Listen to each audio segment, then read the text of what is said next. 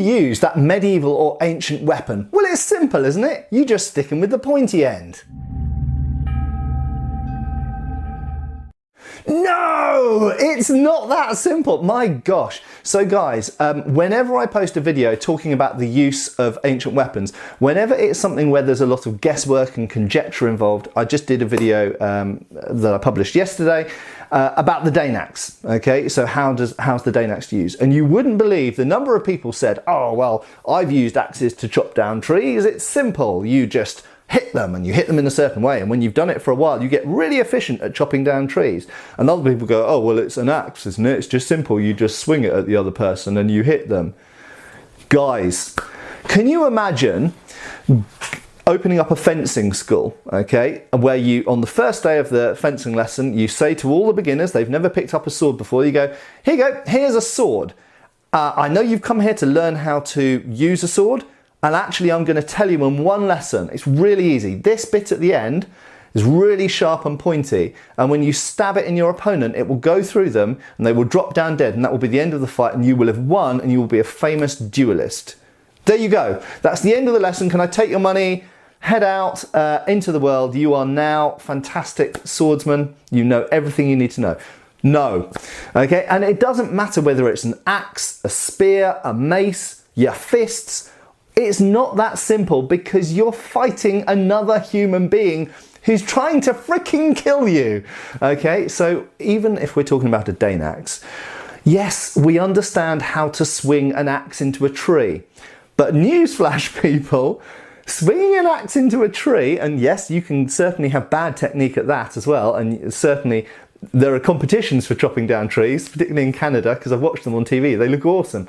But yes, you can chop down a tree more efficiently, but it's completely different to fighting a living, breathing opponent who is holding a weapon and trying to kill you. So I honestly never thought that I would have to spell this out on my channel. I thought it was kind of obvious, and I don't mean that, honestly, I don't mean that in a patronising way. But when we're talking about, and it's difficult to not sound patronising, I accept that, and I'm not trying to be elitist, and I'm not trying to do gatekeeping or anything like that.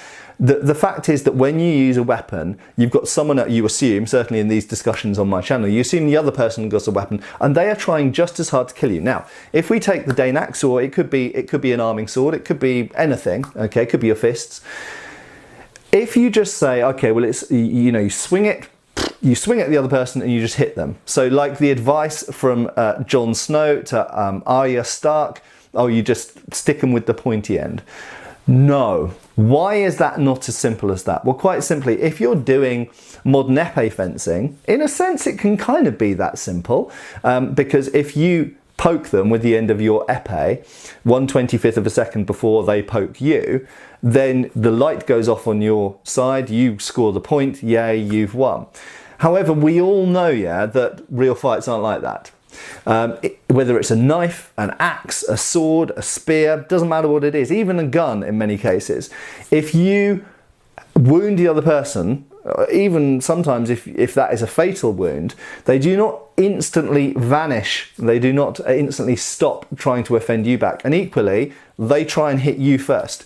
So if you're trying to hit them first and they're trying to hit you first, what usually happens, if that's all you're both doing, is you hit each other. Okay, now, indeed, you might kill them, but you're going to be dead or at least severely wounded too. So you're going to end up with, at the very least, one person might get lucky and miss. The opponent might miss and they might get lucky. Indeed, that can happen, but in most situations, you're going to end up with at least 2 wounded people and possibly 2 dead people.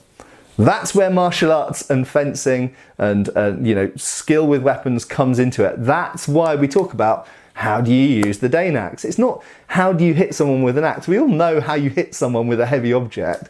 The question is, how do you do it in such a way that you don't end up getting hit back or even just hit before you can hit the other person. Now, let's look at the Dane axe specifically. So if we look at the Bayeux Tapestry, if we look at the Battle of Hastings period, you have a person using a Dane axe is typically wearing a mail hauberk, mail shirt, and a helmet, and sometimes they might have a shield on their back. Okay, so they're armoured to some degree, so they might be able to soak up some damage potentially, but their face is open, their legs are open, perhaps their hands and perhaps even their forearms might be open and exposed to being hit or wounded. Now let's say their opponent is not another person with an axe, say it's a typical soldier of that period, and it's someone with a spear and a shield. Now, the spear has a longer reach than the axe, so you've got a problem right there. So you have gone, well, it's no problem, I know how to chop down a tree, I just swing the axe at them and hit them. But they've got a spear and a shield. Ergo, they can both stab you before you can reach them with your shorter axe, and they can block your axe with their shield. Additionally, they're probably also wearing a mail shirt and a helmet.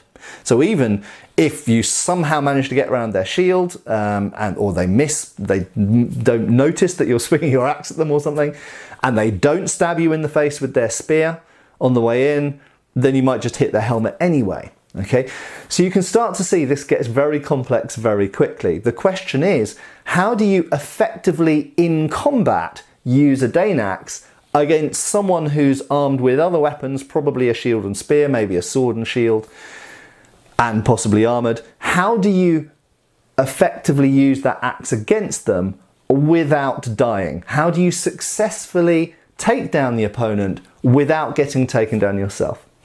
So there we go. That's the reason why I hate the expression, just stick them with the pointy end. Because literally, if that's all the advice you give to someone, they are going to go out with their small sword, in Arya Stark's case, they're going to run their opponent through, they are going to get run through themselves. Bye-bye sister, bye-bye Starks. Just sorry for a spoiler, but which king's not going to get killed? So Arya Stark is going to get dead in her very first fight because her idiot of a brother, who knows nothing, Jon Snow, goes, oh, you just stick him with the pointy end. Worst sword fighting advice ever.